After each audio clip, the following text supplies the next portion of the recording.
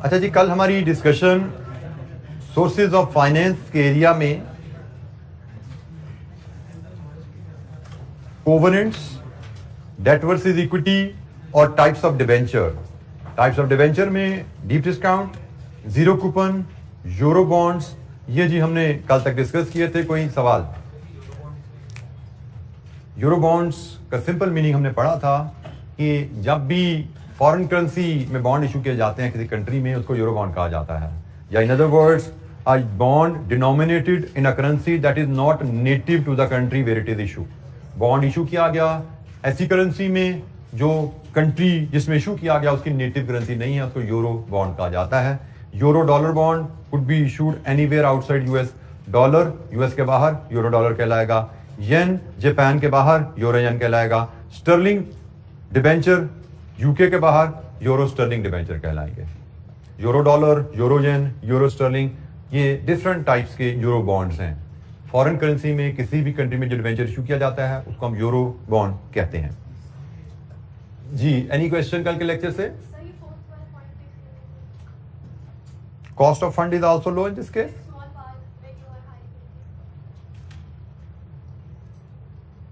Small par value, an attractive financing tool as they normally have small par value and high liquidity. आप bond issue करते हो ताकि investor उनमें पैसा invest करें और आपको लोन मिले, और इन्वेस्टर तब पैसा इन्वेस्ट करता है जब उसको इन्वेस्टमेंट में अट्रैक्शन नजर आती है और इन्वेस्टमेंट उसकी रीच में हो।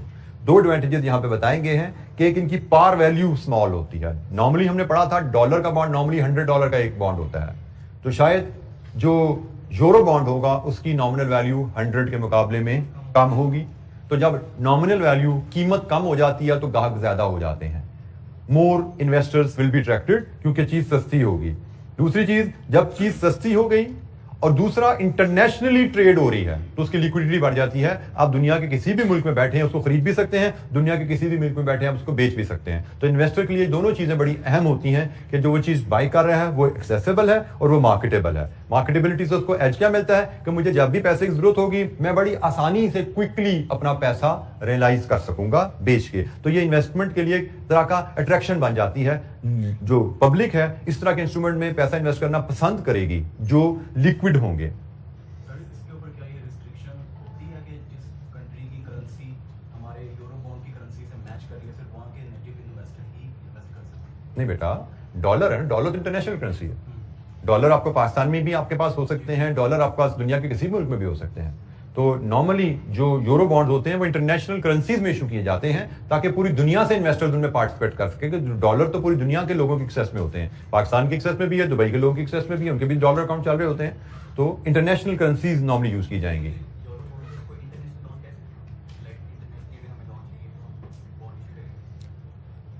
आप कह सकते हैं कि अगर हम इंटरनेशनल इन्वेस्टर्स को अट्रैक्ट करना चाहते हैं तो for that we will go for euro bonds. अगर आप डोमेस्टिक इन्वेस्टर को अट्रैक्ट करना चाहते हैं तो रुपी बॉन्ड इशू करें आप। जी बेटा,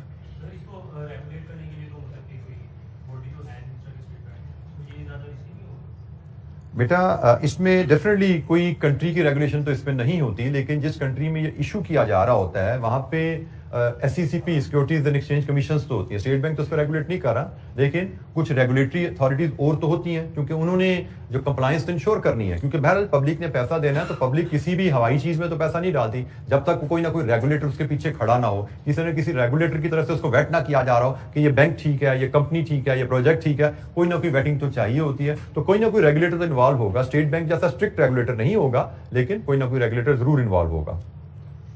अच्छा जी, हम मजीद एक और टाइप ऑफ बॉन्ड है कन्वर्टेबल, ये इसकी डिस्कशन भी थोड़ी हमारी ज्यादा होगी, इसमें 2-4 कैलकुलेशन भी छोटी छोटी सी इन्वॉल्व होती हैं। कन्वर्टेबल डिबेंचर्स, अगेन कैलकुलेशन पे हमें MCQs में नंबर आ सकता है, कैलकुलेशन पे हमें थोड़ा सा लॉन्ग क्वेश्चन में पार्ट आ सकता है कन्वर्टेबल डिबेंचर के ऊपर। कन्वर्टेबल डिबेंचर जैसे कि नाम से जाहिर है ये डिबेंचर्स कन्वर्टेबल होते हैं। कन्वर्टेबल किस में? इक्विटी शेयर में। डिबेंचर जब इशू किया गया शेयर इन्वेस्टर को डिबेंचर थे, लेकिन उसमें ऑप्शन दी जाती है इन्वेस्टर को कि आप चाहें तो, ऑप्शन है, इट्स नॉट कंपल्शन, ऑप्शन है, आप चाहें तो X ईयर्स में जाके इस डिबेंचर को वापस कीजिएगा और इसके बदले हमसे Y number of equity share ले लीजिएगा। सो ये है कन्वर्जन ऑप्शन। ये जो कन्वर्जन ऑप्शन होती है, it may be expressed as conversion ratio, कि जी आप हमें एक अपना बॉन्ड दीजिएगा, उसके बदले 25 शेयर ले लीजिएगा। फॉर एग्जांपल $100 का बॉन्ड है, तो कंपनी में अनाउंस $100 का बॉन्ड वापस कीजिए, 25 शेयर ले लीजिएगा। और अल्टरनेटिवली कन्वर्जन प्राइस भी अनाउंस की जा सकती है कि आप आज से 10 साल बाद $100 का बॉन्ड वापस करके $4 के हिसाब से हमसे शेयर ले लीजिएगा। बात तो एक ही है, $100 के बदले $4 के हिसाब से शेयर, 25 शेयर ही मिलने हैं। तो 25 शेयर अनाउंस कर दो या $4 अनाउंस कर दो, this is called conversion ratio, this is called conversion price.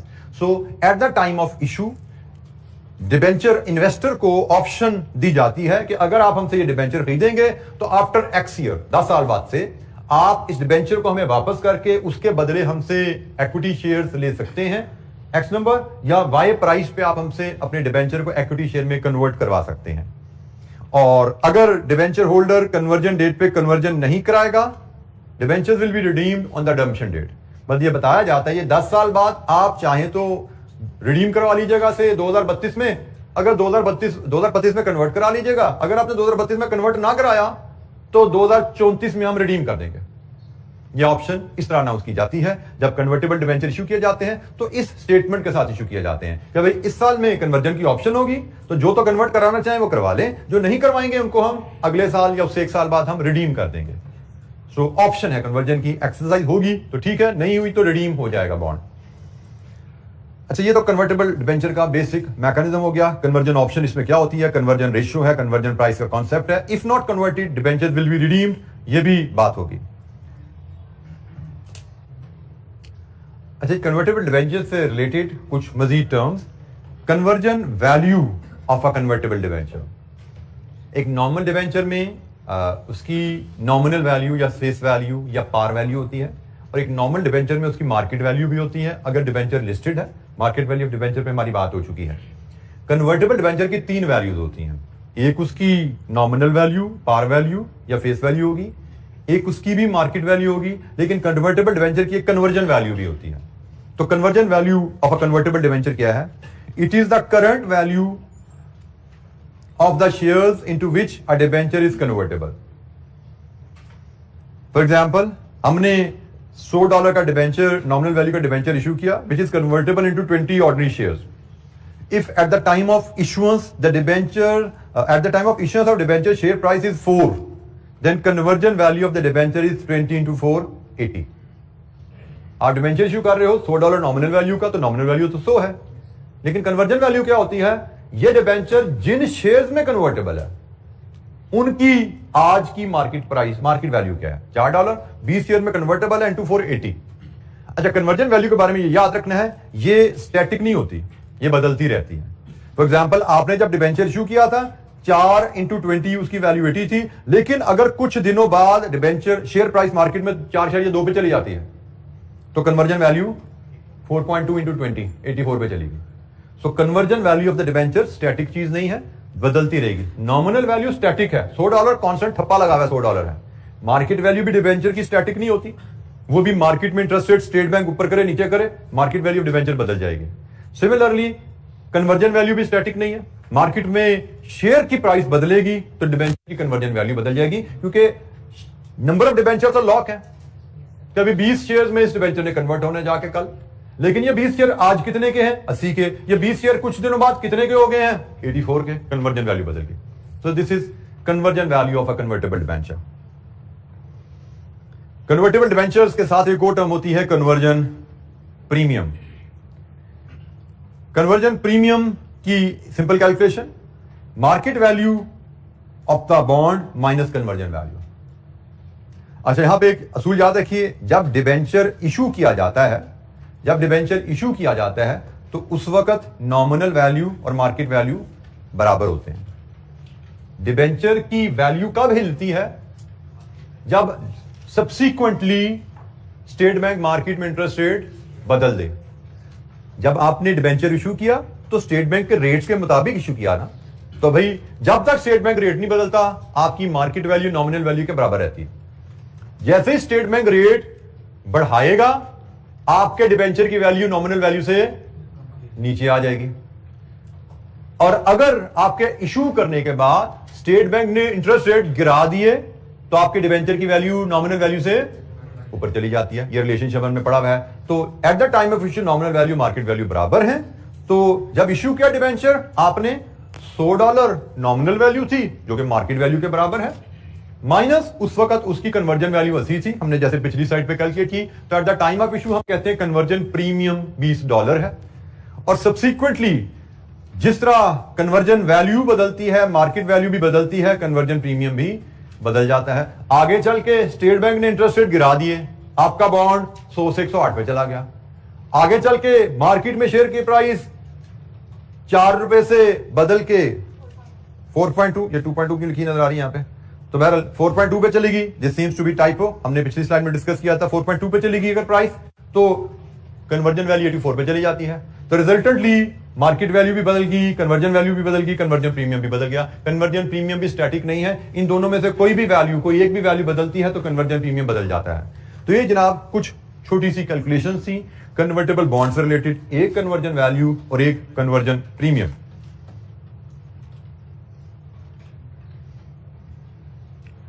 अच्छा जी, यहां पे अब थोड़ी सी कन्वर्टेबल डिबेंचर से कुछ मजीद बात। Interest rate on convertible debenture.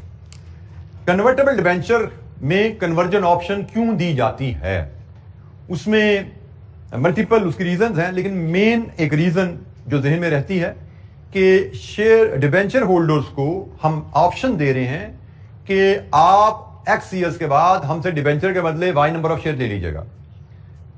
ये ऑप्शन सेट करते हुए कंपनी हिसाब जब लगाती है कि हमने Y शेयर देने हैं या Z शेयर देने हैं, कितने शेयर ऑफर करें ऑप्शन में, तो कंपनी जब हिसाब किताब लगा रही होती है तो उस हिसाब से ख्याल रखा जाता है कि जब कन्वर्जन का टाइम आए तो शेयर होल्डर्स को कन्वर्जन में फायदे की उम्मीद होनी चाहिए। तभी आज इन्वेस्टर आपको पैसा देगा ना, कि उसको नजर आया कन्वर्जन ऑप्शन है तो कन्वर्जन ऑप्शन में मुझे कुछ मजीद इनकम आएगी। फॉर एग्जाम्पल, आपने उसको कन्वर्जन ऑप्शन दी मुझसे $4 के हिसाब से शेयर ले लेना, उसको जब ये नजर आएगा कि यार 10 साल में इनका शेयर तो $6 पे चला जाएगा, तो मुझे तो $4 का शेयर खरीदने की गारंटी मिल रही है, मुझे तो $2 का फायदा हो जाएगा, तो उसको एडिशनल अट्रैक्शन होती है। तो जनाब इस एडिशनल अट्रैक्शन में इन्वेस्टर को आप कैपिटल गेन की उम्मीद दिला रहे हो ना, तो इस कैपिटल गेन की उम्मीद के पीछे आप कन्वर्टेबल डिबेंचर पे थोड़ा सा इंटरेस्ट रेट थोड़ा सा कम कर लेते हो। फॉर एग्जांपल, स्टेट डिबेंचर पे आप 10% लगाते हो तो कन्वर्टेबल डिबेंचर पे शायद आप 9 या मे बी 8% ऑफर कर दो इंटरेस्ट रेट, और इन्वेस्टर कम इंटरेस्ट रेट को भी एक्सेप्ट कर लेगा क्योंकि उसको पता है मुझे आगे जाके काफी ज्यादा कैपिटल गेन भी तो आना है, तो मेरी तो वहां पे भरपाई हो जाएगी, तो मुझे फिलहाल कम भी मिलता है तो ठीक है। सो नॉर्मली कन्वर्टेबल डिबेंचर का कूपन रेट स्टेट डिबेंचर के मुकाबले में स्लाइटली कम होगा, क्योंकि कन्वर्टेबल डिबेंचर में कन्वर्जन ऑप्शन के थ्रू कैपिटल गेन की उम्मीद दी जाती है इन्वेस्टर को, तो उस कैपिटल गेन की उम्मीद के पीछे थोड़ी सी इंटरेस्ट रेट में सेविंग कंपनी लेती है। अच्छा जी, market price of convertible debenture, एक तो मैंने बोला कि मार्केट प्राइस आपकी बदलती है, हमें पता है मार्केट में इंटरेस्ट रेट बदलने से, तो ये कुछ फैक्टर्स हमने आइडेंटिफाई किए हैं कि कन्वर्टेबल डिबेंचर की मार्केट प्राइस किन किन चीजों पर डिपेंड करती है। तो state price of similar state debenture, मतलब वही इंटरेस्ट रेट की बात ही आ गई। The current conversion value, the length of the time before conversion में टेक प्लेस, कितने साल रहते हैं कन्वर्जन में, market expectation as to future equity returns and risk associated with these return. ये कुछ फैक्टर्स हमने लिस्ट डाउन किए हैं जिन पे हम कहते हैं जी कन्वर्टेबल डिबेंचर की मार्केट वैल्यू डिपेंड करेगी। प्राइस ऑफ स्टेट डेट से मुराद है अगर सिमिलर कन्वर्टेबल डेट ना होता, अगर स्टेट डेट होता, उसकी प्राइस कहां जाती है, तो उसकी प्राइस हमें पता है वो मार्केट इंटरेस्ट रेट पे डिपेंड करती है। ठीक है, इसको हम ये भी लिख सकते हैं मार्केट इंटरेस्ट रेट्स, इस फैक्टर को हम इस तरह भी लिख सकते हैं कि मार्केट इंटरेस्ट रेट्स क्या चल रहे हैं उस पर डिपेंड करेगी वैल्यू। फिर करंट कन्वर्जन वैल्यू क्या है, क्योंकि शेयर प्राइस से भी लिंक है, डेट की वैल्यू क्या उस पर भी डिपेंड करती है। देयर आर मेनी फैक्टर्स जिनकी हमने यहां लिस्ट बनाई है जिन पे कन्वर्टेबल डेट की वैल्यू डिपेंड करती है। अगेन एक एमसीक्यू आ सकता है या 1-2 नंबर का नोट आ सकता है। हमें 4 फैक्टर लिखे हैं, 4 में से 2 भी याद रह जाए तो इनफ है, हमें हर चीज को एक्यूरेटली वर्ड बाय वर्ड रटना नहीं है। अच्छा, टाइप्स ऑफ डिबेंचर में आई थिंक दिस में be the last type, loan stock या डिबेंचर विद वारंट्स। डिबेंचर को लोन स्टॉक भी कहा जाता है, बॉन्ड्स भी कहा जाता है। ठीक है, loan stock with warrants. Loan stock with warrants में आप जब इन्वेस्टर को डिबेंचर ऑफर कर रहे हो तो डिबेंचर के साथ वारंट लेटर भी देते हो। अब वारंट लेटर क्या है? वारंट लेटर डेट इन्वेस्टर को option to buy equity shares, जैसे इक्विटी इन्वेस्टर को आप राइट लेटर देते हो ना, option to buy equity share, right letter आपने इन्वेस्टर को दिए, शेयर होल्डर को दिए, तो उसकी मजबूरी तो नहीं है ना उसने शेयर खरीदना है, वो चाहे तो शेयर खरीदे, चाहे तो लेटर किसी और को दे दे। सिमिलरली यहां पे आप डेट इन्वेस्टर को option to buy equity share देते हो, उसको आप वारंट लेटर कहते हैं।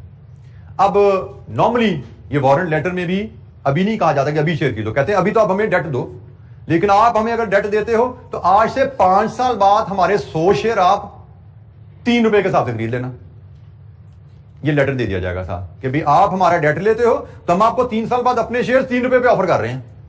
और वहां पे फिर वही हिसाब आता है कि इन्वेस्टर हिसाब लगाता है कि 5 साल बाद कंपनी का शेयर जाएगा कहां पे, तो उसको खबर मिलती है 5 साल बाद कंपनी का शेयर तो 5 रुपए पे जा रहा होगा, इसका मतलब कंपनी मुझे 3 रुपए में शेयर दे रही है, मैं तो यहां से भी पैसे कमा सकता हूं, खरीदो उनका डेट, इनको दो पैसा, लोन दो इनको लोन देंगे, उस पर तो इंटरेस्ट आना ही आना है, लेकिन 5 साल बाद शेयर्स खरीद के वहां पे कैपिटल गेन भी कमाएंगे।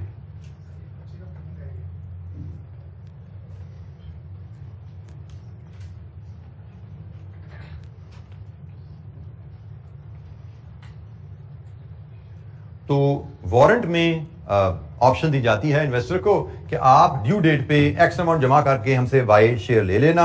और अब इसमें थोड़ा सा इसको फर्क रखना जरा कन्वर्टेबल बॉन्ड से। कन्वर्टेबल बॉन्ड में आप कंपनी को डिबेंचर वापस करते हो और शेयर्स लेते हो, डिबेंचर कन्वर्ट हुए हैं शेयर्स में। यहां पे डिबेंचर आपके पास पड़े हुए हैं, आप कंपनी को पैसे देते हो और शेयर्स भी ले लेते हो, वारंट दिखा के पैसे देके शेयर भी ले ले, आपके पास आप डिबेंचर भी हैं और शेयर्स भी हैं, ठीक है। तो लोन स्टॉक विद वारंट्स में आपके पास दोनों चीजें आ जाती हैं। आप जब उनको पैसे देते हैं तो आप शेयर्स लिए और लोन नोट्स आप रिडम्पशन तक अपने पास रखते हो। ये कहानी होती है जी डिबेंचर विद वारंट्स की। और ये हम ध्यान में रख सकते हैं कि डिबेंचर विद वारंट्स में भी just like convertible debenture interest rate थोड़ा हम कम रख सकते हैं, क्योंकि डिबेंचर विद वारंट्स में भी इन्वेस्टर को हम कैपिटल गेन की उम्मीद दे रहे हैं ना, कि कुछ ना कुछ कैपिटल गेन भी कमाओगे तो थोड़ा इंटरेस्ट यहां पे कम ले लो हमसे, तो ये बात होती है। अच्छा, ये ब्रीफली रीड थ्रू कर लीजिए। Advantages of convertible bonds to the company, advantages of convertible bonds to the investor. Read through कीजिए। कोई पॉइंट आपको समझ नहीं आता, समझ रहे हैं जी, आपने कोशिश करनी है समझने की। इनको कोई पॉइंट समझ नहीं आता, ये क्या है मतलब इसका, ये क्या कहना चाह रहा है, तो वो पूछिए, आई एक्सप्लेन।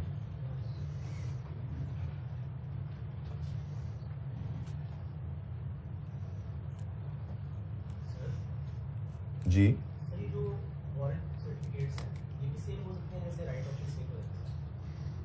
वारंट लेटर भी just like right letter saleable होते हैं।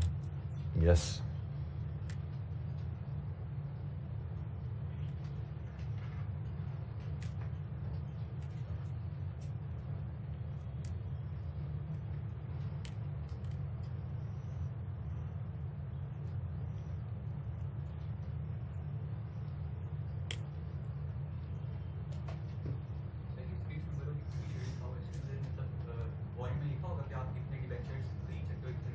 वारंट में लिखा होगा कि आप कितने शेयर खरीद सकते हैं किस कीमत पे।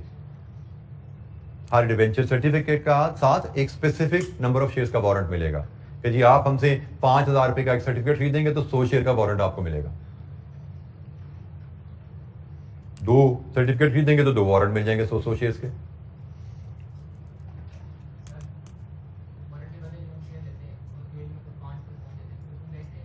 बिल्कुल बेच सकते हैं, वो तो ऑर्डिनरी शेयर्स है ना। जब हमने एक वारंट के अगेंस्ट पैसे देके शेयर्स ले लिए तो वो हमारे पास ऑर्डिनरी शेयर्स हैं। अब वो ऑर्डिनरी शेयर्स हम रखना चाहे रखें, मार्केट में बेचकर मुनाफा कमाना चाहे मुनाफा कमाएं, वो हमारी ऑप्शन है।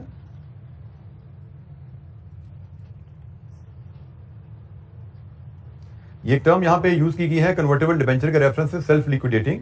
सेल्फ लिक्विडेटिंग से मुराद होता है इनको हमें रीपे नहीं करना पड़ता ना। नॉर्मल डिबेंचर्स होते हैं ना, उनको रीपे करने के लिए पैसे अरेंज करने पड़ते हैं। डेबिट डिबेंचर करते हो, क्रेडिट बैंक करते हो, रीपे करोगे तो लोन खत्म होगा ना। लेकिन कन्वर्टेबल डिबेंचर का लोन खत्म करने के लिए रीपेमेंट की जरूरत आपको नहीं होती। कन्वर्जन ऑप्शन एक्सरसाइज होगी तो आपने डिबेंचर लेके कैंसिल करने हैं, एंट्री डालनी बुक्स में कि debit debenture credit share capital, share issue कर देने। सेल्फ लिक्विडेटिंग, खुद ब खुद रीपे हो जाते हैं, खत्म हो जाते हैं। लोन को रीपेमेंट का बंदोबस्त हमें नहीं करना पड़ता। This is what is meant by self liquidating.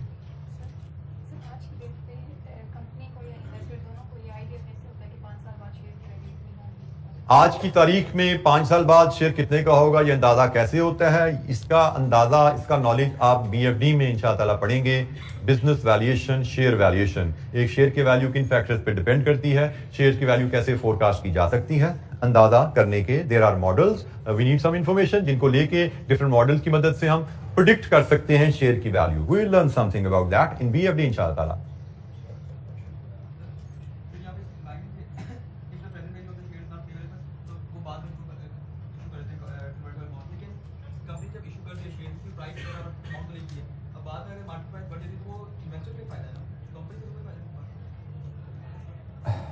ये पॉइंट नंबर क्या है जिसकी बात कर रहे हो? सेकंड पैराग्राफ का point number 1, a convertible bond offers, ये को मुझे गलत साइड पे लगा दिया आपने। फर्स्ट पॉइंट का सेकंड पैराग्राफ क्या कह रहा है यार, शुरू कहां से हो रहा है ये बोल दे। मेरे पास डिफरेंट, आप किताब पढ़े हो? आप किताब से पढ़े हो या इधर से पढ़े हो? पेज नंबर बोलो। पेज नंबर 92 में कुछ कहानी है जी, उसकी बात है। पेज नंबर 92 पे कन्वर्टेबल डिबेंचर की कहानी कुछ लिखी हुई है, उसके बारे में सवाल पूछा जा रहा है। ये जी पेज नंबर 92 है और यहाँ पे ये जी सेकंड पैराग्राफ। अच्छा जी, अच्छा जी, if director feels that prices of shares of the company are depressed at present and therefore do not represent a favorable time to issue new ordinary shares immediately, it may issue convertible bond. अभी मैंने आपको जो कहानी बताई कि आप convertible debenture में जो कन्वर्जन प्राइस ऑफर करते हो से, वो हाँ चलें पाकिस्तान के हिसाब से बात करें, वो 20 रुपये है कि जी आप हमसे डिबेंचर खरीदें 5,000 का और आज से 5 साल बाद 20 रुपये के हिसाब से आप हमारे शेयर में कन्वर्ट करवा लेना। मैंने आपको ये तो बताया कि जब ये 20 रुपये की प्राइस रखी जाती है, ये ख्याल रखा जाता है कि इन्वेस्टर को नजर आ रहा हो कि भाई 5 साल बाद मुझे तो 20 रुपये में शेयर मिल जाएगा, कंपनी का शेयर कहीं 24-25 रुपये या 22 रुपये पे 28 रुपये पे होगा। ठीक है, 5 साल बाद की प्राइस का मैंने आपको बात की, मैंने आज की प्राइस की तो बात ही नहीं की। आज की प्राइस शायद उस शेयर की 15 रुपये है। आज की प्राइस 15 रुपये है। इसका मतलब अगर आज आप शेयर इशू करो तो 15 रुपये के बेच पाओगे ना, मार्केट प्राइस से ज्यादा शेयर तो नहीं बेच सकते। तो अगर आज की प्राइस 15 रुपये है तो आज तो 15 रुपये भी शेयर बेच पाओगे। लेकिन आपको पता है कि आज प्राइस मेरी कम इसलिए है कि ये गवर्नमेंट की इंस्टेबिलिटी आई हुई है, आजकल पॉलिटिकल हालात बदले हुए हैं, इसलिए डिप्रेस है मेरी शेयर प्राइस। 6 महीने 8 महीने साल में इलेक्शन हो जाएंगे ना, गवर्नमेंट आ जाएगी, जैसे भी गवर्नमेंट आएगी मेरी शेयर की प्राइस बढ़ जानी है। तो अगर मैं आज शेयर बेचता हूं तो मैं तो आज 15 रुपये का बेच पाऊंगा। बेचना तो मैं शेयर चाहता हूं, लेकिन आज शेयर बेचने में मुझे 100 रुपया इकट्ठा करने के लिए ज्यादा शेयर इशू करने पड़ेंगे, बनिस्बत मैं कल 6 महीने बाद शेयर इशू करूं तो मुझे 100 रुपये इकट्ठा करने के लिए कम शेयर इशू करने पड़ेंगे, क्योंकि मैं महंगा शेयर बेच पाऊंगा, लेकिन पैसे मुझे आज चाहिए। ये फिर उसका हल है, पैसे आज चाहिए लेकिन आज शेयर इशू करना फिजिबल नहीं है। आज कन्वर्टेबल डेट इशू कर दो और साथ उसमें 20 रुपए में शेयर बेचने की ऑप्शन डाल दो। ठीक है ना। तो अब इन्वेस्टर को पता है 20 रुपए में शेयर मैंने खरीदने हैं, लेकिन आज नहीं खरीदने, मैंने 5 साल बाद खरीदने हैं। तो 5 साल बाद तो इस कंपनी का शेयर 25 रुपए पे गया होगा, तो पैसे कंपनी ने आज वसूल कर लिए, प्राइस आज ऑफर की लेकिन 20 रुपए 15 रुपए। ठीक है, थोड़ा सा ये मैकेनिज्म हम इस तरह बनाते हैं जिससे कंपनी जब उसकी प्राइसेस डिप्रेस्ड हैं तो उससे अपना थोड़ा सा नुकसान बचा लेती है, कम शेयर कमिट करती है, पैसे ज्यादा इकट्ठे कर लेती है। ठीक है जी। एनी जी बेटा, ये तो बात है ना कि जब शेयर्स आपके कन्वर्ट होंगे तो अर्निंग डाइल्यूट हो जाएगी, नंबर ऑफ शेयर्स आपके बढ़ जाएंगे, लेकिन आपके जब आप शेयर्स आपके इशू होंगे कन्वर्टेबल डेट इक्विटी में कन्वर्ट होगा, इसके 2 असरात आते हैं। एक, नंबर ऑफ इक्विटी शेयर्स आपके बढ़ जाते हैं, और दूसरा असर क्या आता है, इंटरेस्ट पेमेंट नहीं करनी पड़ती। तो एक तरफ आपका प्रॉफिट्स बढ़ते हैं इंटरेस्ट पेमेंट ना करने की वजह से, दूसरी तरफ आपके नंबर ऑफ शेयर्स बढ़ते हैं, तो ये अर्निंग पे इसका इफेक्ट जनरली रिडक्शन की सूरत में पड़ता है। ये बहरहाल एक इफेक्ट इसका होता है।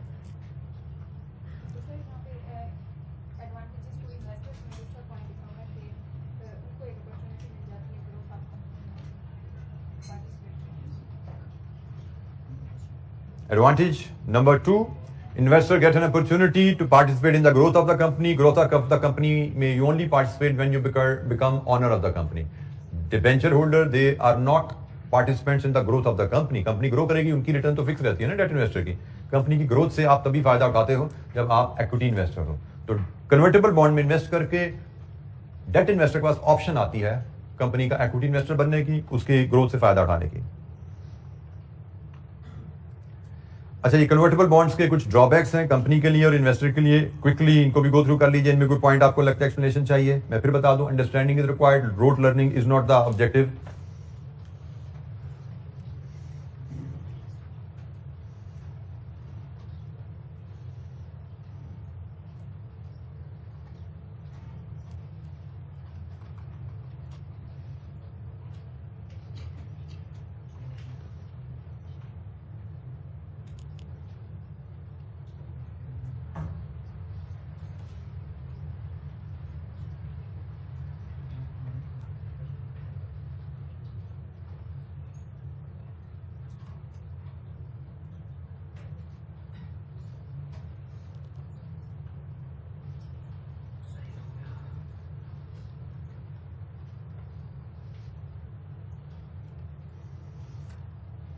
अच्छा जी, ये थोड़ा सा कंपैरिजन है बैंक लोन वर्सेस डिबेंचर्स या लोन स्टॉक.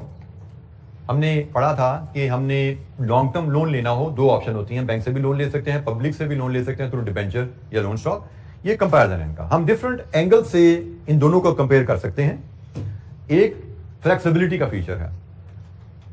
बैंक लोन में फ्लेक्सिबिलिटी है क्योंकि बैंक लोन आपने एक बैंक से लिया ना. फ्लेक्सिबिलिटी से मुराद आपको इसकी रीपेमेंट शेड्यूल रीनिगोशिएट करने हैं. ठीक है, आप चाहते हो मैंने 5 साल में रीपे करने का एग्रीमेंट किया था, मेरा कारोबार में थोड़ी दिक्कत आ गई है, मैं 7 साल में रीपे करना चाहता हूं. एक पार्टी से लोन लिया ना, उससे टेबल पे बैठ के निगोशिएट कर सकते हो आप. फ्लेक्सिबिलिटी है.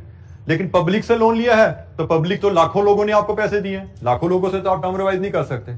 उन्होंने तो एक टर्म्स आपने ऑफर की थी, उस पर लोन दिया आपको. टर्म्स चेंज करना हो पब्लिक से चेंज करना मुश्किल है. सो फ्लेक्सिबिलिटी है, फ्लेक्सिबिलिटी नहीं है.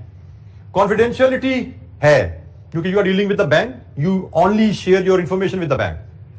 You are dealing with the public, you have to make information to the public. तो कॉन्फिडेंशियलिटी है, यहां पे नहीं है. Bank loan is quick.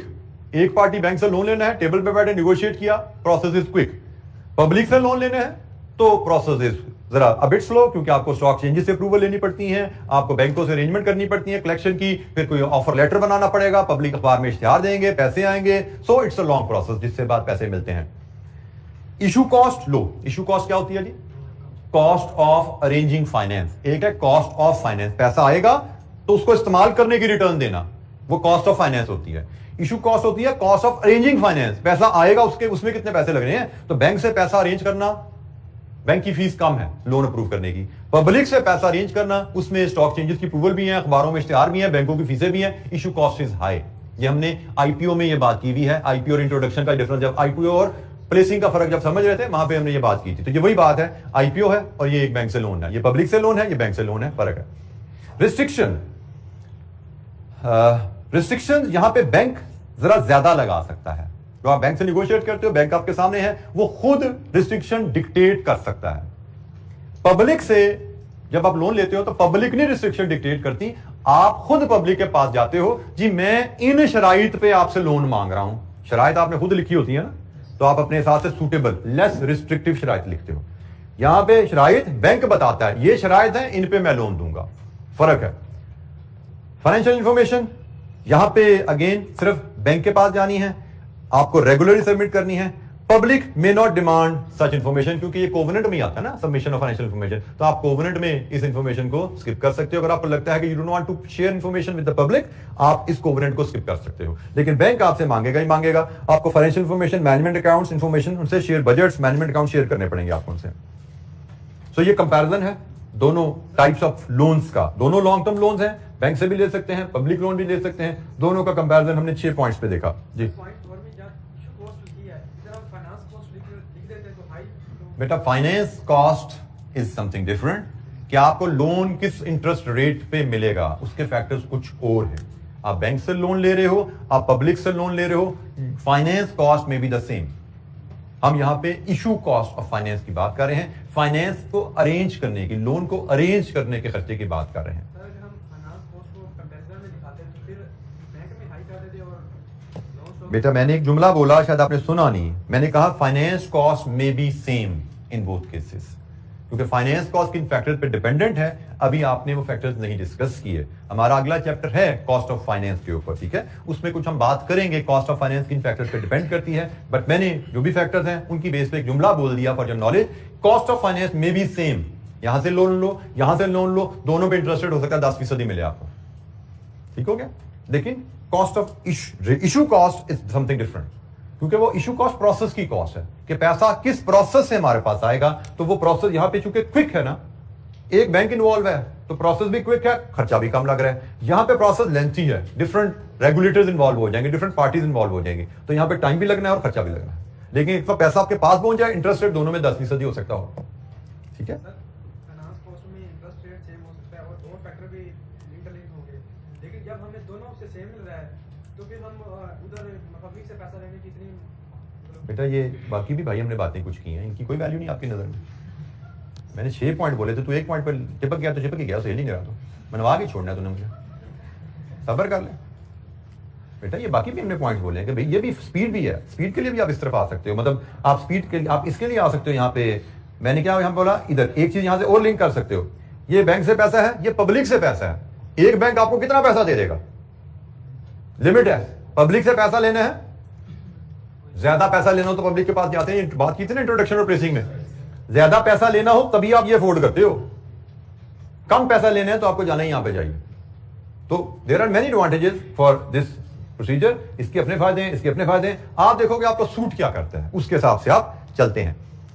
अच्छा जी, क्विकली शॉर्ट टर्म लोन्स की थोड़ी सी बात, लॉन्ग टर्म लोन पे हमारी डिस्कशन कंप्लीट होगी।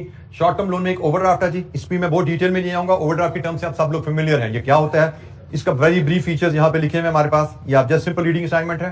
ट्रेड क्रेडिट की टर्म से आप फेमिलियर हैं, ये भी एक शॉर्ट टर्म फाइनेंस का एक मीडियम है कि आप एक तरीका है बैंक से लोन लेके मटेरियल खरीदो सप्लायर से कैश पे, और दूसरा तरीका सप्लायर से कह दो भाई मुझे मटेरियल दे दे, पैसे मैं 60 दिन बाद या 90 दिन बाद दे दूंगा, तो एक ही बात है। तो लोन आप बैंक से ले लो या सप्लायर से ले लो, तो सप्लायर क्रेडिट भी आपका शॉर्ट टर्म लोन का एक मेथड है। ब्रीफ साइज की हमारे पास राइट अप अवेलेबल है, इसको रीड थ्रू कर लीजिएगा।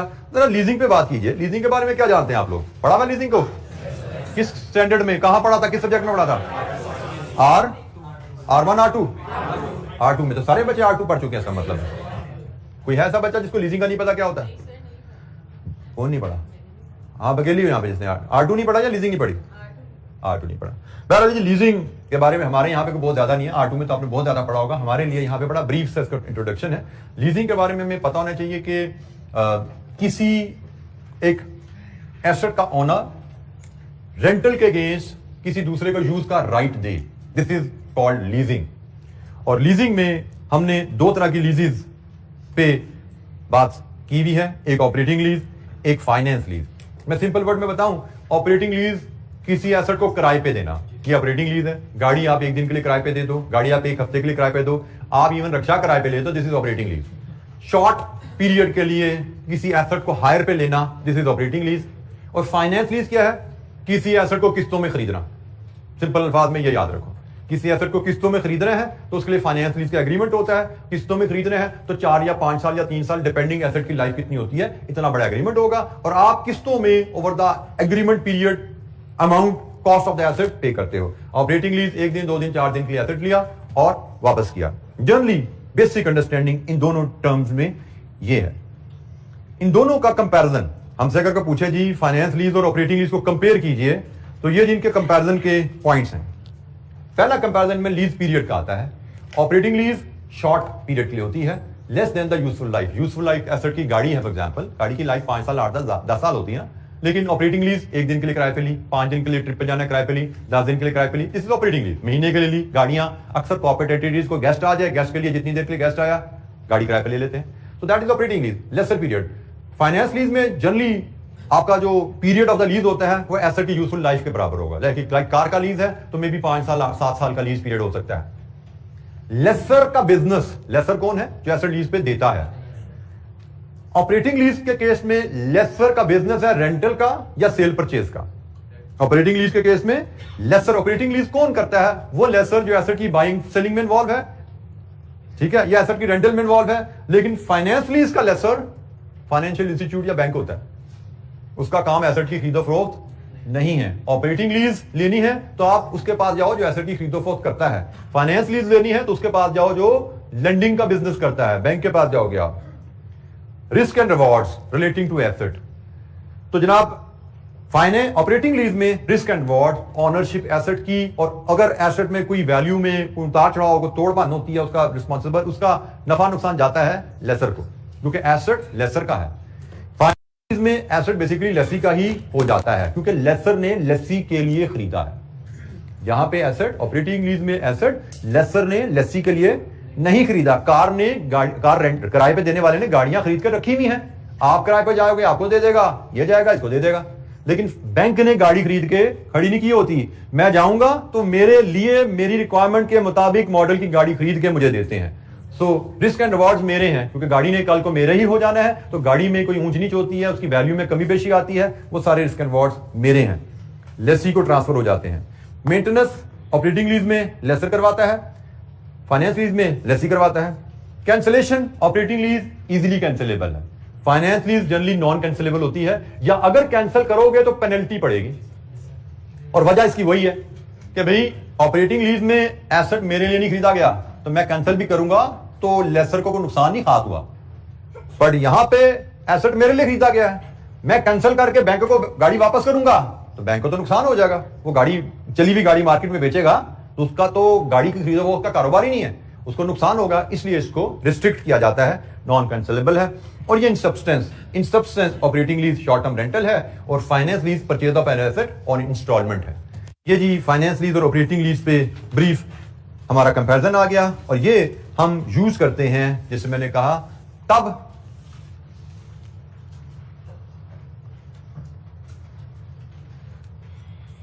जी बेटा leasing is termed as medium term, short to medium term source of finance. Operating lease में शॉर्ट टर्म फाइनेंसिंग नीड आप पूरी करते हैं अपनी, और फाइनेंस लीज में आप लॉन्ग टर्म, मीडियम टर्म आपकी फाइनेंसिंग नीड 3 से 5 साल तक नॉर्मली जाते हैं, वो हम फुलफिल करते हैं। जी एनी क्वेश्चन, कोई सवाल?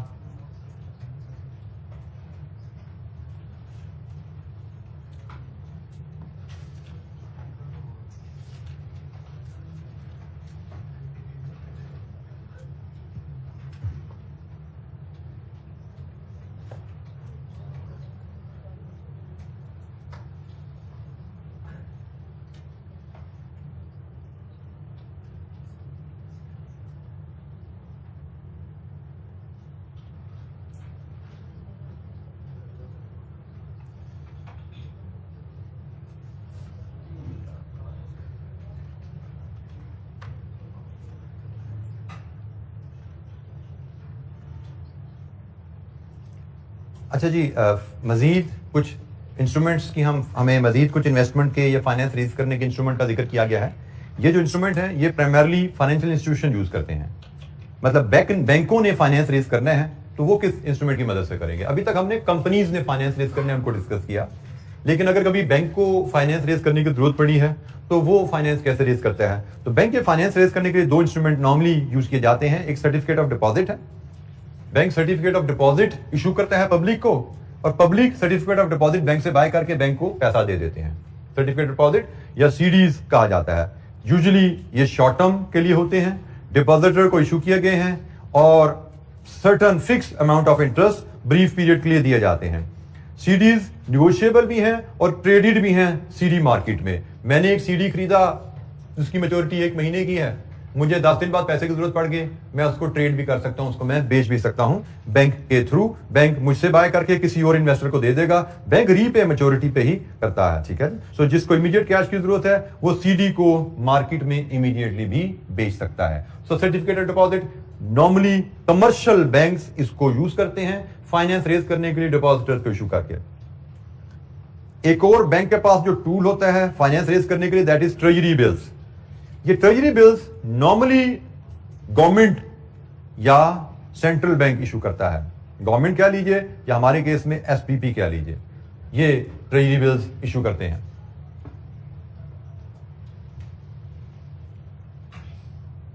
ये भी शॉर्ट टर्म कैश डेफिशिएंसी जो गवर्नमेंट के बजट में आ जाती हैं उनके लिए यूज किए जाते हैं, और सर्टेन वही रीपेमेंट अमाउंट है, प्रिंसिपल है, शॉर्ट टर्म मैच्योरिटी है, लेस देन अ ईयर है, जिसको फुल वैल्यू इंटरेस्ट पर प्रिंसिपल मिलता है। आपको सिर्फ दो लाइनें याद रखनी है, सीडी के ऊपर, ट्रेजरी बिल के ऊपर लिखी, यहाँ पे बेशक 4-4, 6-6 हैं, आपको 2 लाइनें याद है, मोर देन सफिशिएंट है। आपको नेचर पता होनी चाहिए, एक आध फीचर पता होना चाहिए, आपको इससे ज्यादा याद नहीं रखना, लेकिन रीडिंग करेंगे 4 लाइनों की, तभी आपको 2 लाइनें आपके जहन में स्टक कर जाएंगी।